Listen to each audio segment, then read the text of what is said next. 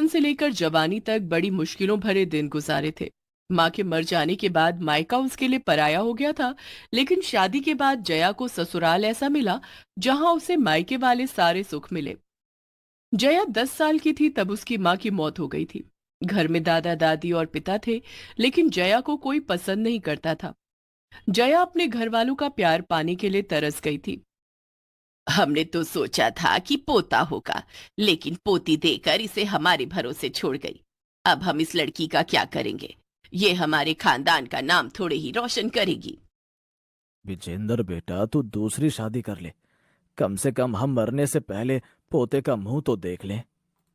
कैलाशी और विनोद के कहने पर जया के पिता ने दूसरी शादी कर ली। सौतेली माँ के आते ही जया के दुख भरे दिन शुरू हो गए। दादा दादी तो पहले ही नापसंद करते थे, पिता ने भी मुंह मोड़ लिया था। सौतेली माँ की पूछ घर में उस समय और बढ़ गई जब उन्होंने एक बेटे को जन्म दिया। 10 साल की जया को अपनी सौतेली माँ की तीमारदारी करने में लगा दिया गया।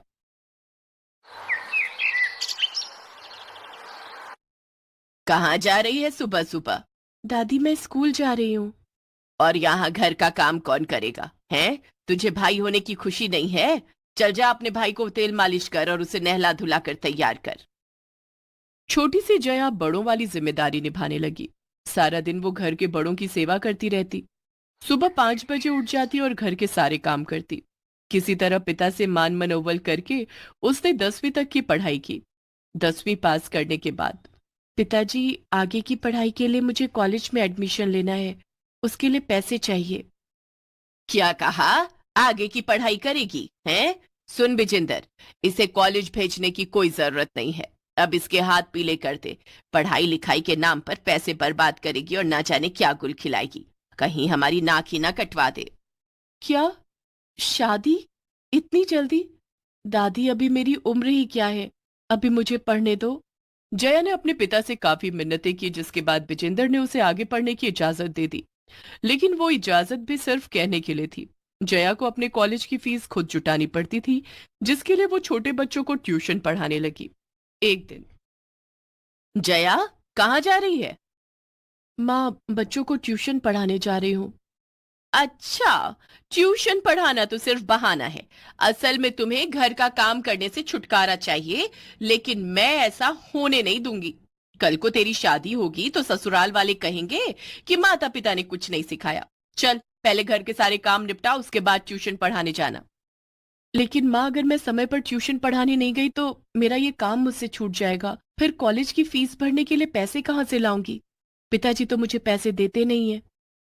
कॉलेज की पढ़ाई करके तुझे कौन सा कलेक्टर बनना है? हाँ, आखिर शादी के बाद तुझे ससुराल का कामकाज ही तो संभालना है। माँ, मैं ट्यूशन से आकर घर का सारा काम कर दूंगी, अभी मुझे जाने दो। इतना कहकर जया ट्यूशन पढ़ाने चली गई। सुनीता गुस्से में आग बबूला हो रही थी। बहुत पढ़ निकल गए हैं। आज इसने मेरी बात नहीं मानी। आने दो इसके बापू को। आज ही इसका घर से निकलना बंद करवाती हूँ। जया जहां ट्यूशन पढ़ाती थी वहां कई बच्चे थे। उनमें से एक बच्ची थी गुड़िया। जया गुड़िया के घर ट्यूशन पढ़ाने जाया करती थी और बाकी बच्चे भी वहीं आया करते थे। गुड़िया के घर जया का रोज का आना जाना था। गुड़िया के घर वाले जया को बहुत पसंद करते थे। जया को तो पता भी नहीं था कि गुड़िया के घर वाले गुड़िया के चाचा रवि से उसकी शादी करवाना चाहते थे। उस दिन जब जया ट्यूशन पढ़ाकर घर लौटी तो उसके पिता विजेंद्र उसका इंतजार कर रहे थे। सौतेली माँ सुनीता ने विजेंद्र को जया के खिलाफ काफी भड़का दिया था। आ गई तू? कहाँ गई थी? पिताजी, मैं बच्चों को ट्यूशन पढ़ाने गई थी। अपनी माँ के मना करने के बाद भी तू ट्यूशन पढ़ाने गई? पिताजी, कॉलेज की फीस भरनी है, इसके लिए पैसे चाहिए, इसलिए मैं ट्यूशन पढ़ाना नहीं छोड़ सकती। तो आज मैं तेरी फीस की टेंशन दूर कर देता हूं। क्या? पिताजी, आप मुझे फीस के लिए पैसे देंगे? नहीं, ना तू कॉलेज जाएगी और ना ही होगी फीस की टेंशन। नहीं पिताजी, ऐसा मत कहिए। विजेंद्र ने जया का हाथ पकड़कर उसे उसके कमरे में ले जाकर पटक दिया और बाहर से दरवाजा बंद कर दिया। कान खोल कर सुन ले जया, कल तुझे देखने के लिए लड़के वाले आ रहे हैं। अब तो इस कमरे से तभी बाहर कदम रखेगी, अब इस घर से तेरी डोली ही उठेगी।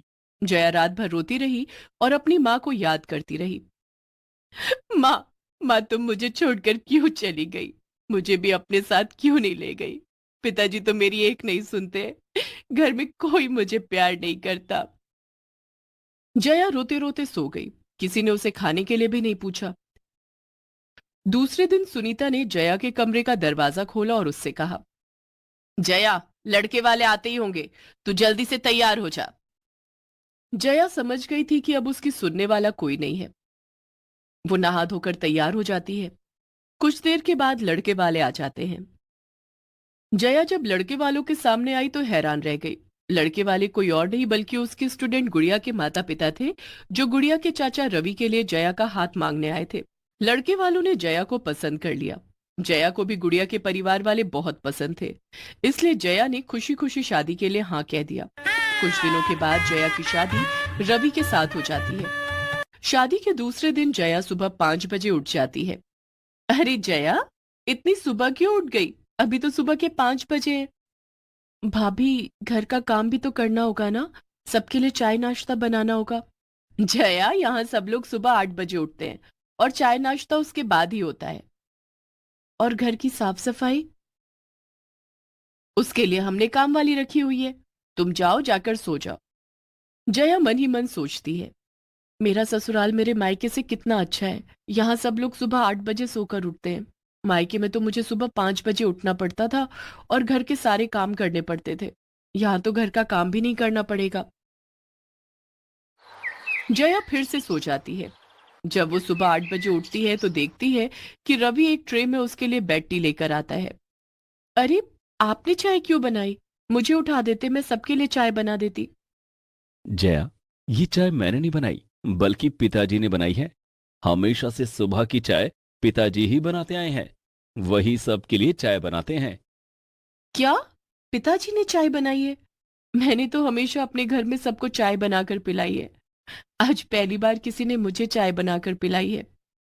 हमें सब मालूम है जया।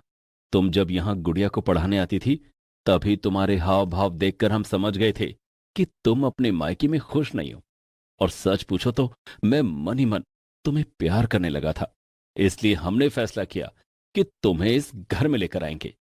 अच्छा, जल्दी से चाय पीकर तैयार हो जाओ, माँ ने तुम्हें रसोई में बुलाया है। जया चाय पीकर नहा धोकर रसोई में जाती है। जया बहू, आज तेरी पहली रसोई है, खीर और पूरी बना ले। जी माँ जी।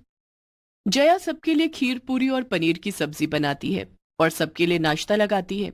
सब लोग मिलकर नाश्ता करते हैं। वाह, बहुत ही स्वादिष्ट खीर बनाई है जया। मिलकर नाश्ता करते हैं।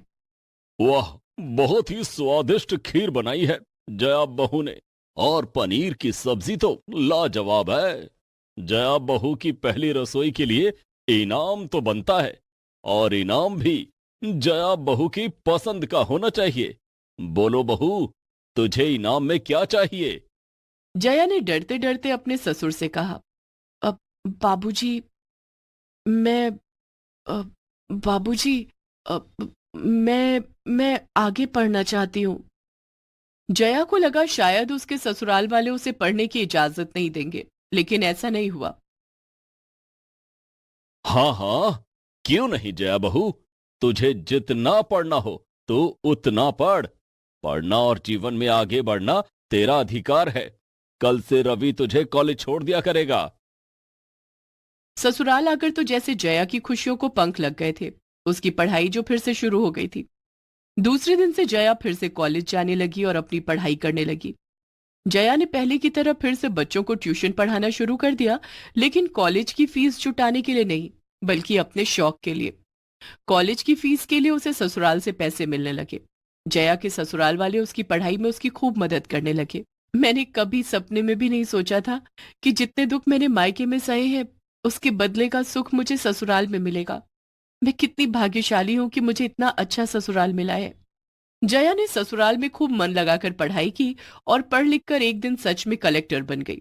जया के कलेक्टर बनने की खबर जब उसके मायके वालों को लगी तो वे जया को बधाई देने उसके ससुराल आए। बाबूजी, माँ, आप लोग मुझे बधाई देने क्यों आए हैं? आप लोगों ने तो मेरी पढ़ाई छुड़वा दी थी। आप लोग नहीं चाहते थे कि मैं पढ़ाई करूं। मुझे कौन सा कलेक्टर बनना था? यही कहा था ना माँ आपने। लेकिन आज मैं सचमुच में कलेक्टर बन गई, और ये सब सिर्फ मेरे ससुराल वालों की वजह से हुआ है। इनके सहयोग से ही मैं आगे पढ़ पाई और कलेक्टर बन पाई हूँ। आज एक बहू ने पढ़ लिख कर अपने ससुराल का नाम रोशन किया है। अगर आप लोगों ने मेरी सहायता की होती तो शायद एक बेटी अपने माता पिता का नाम रोशन करती।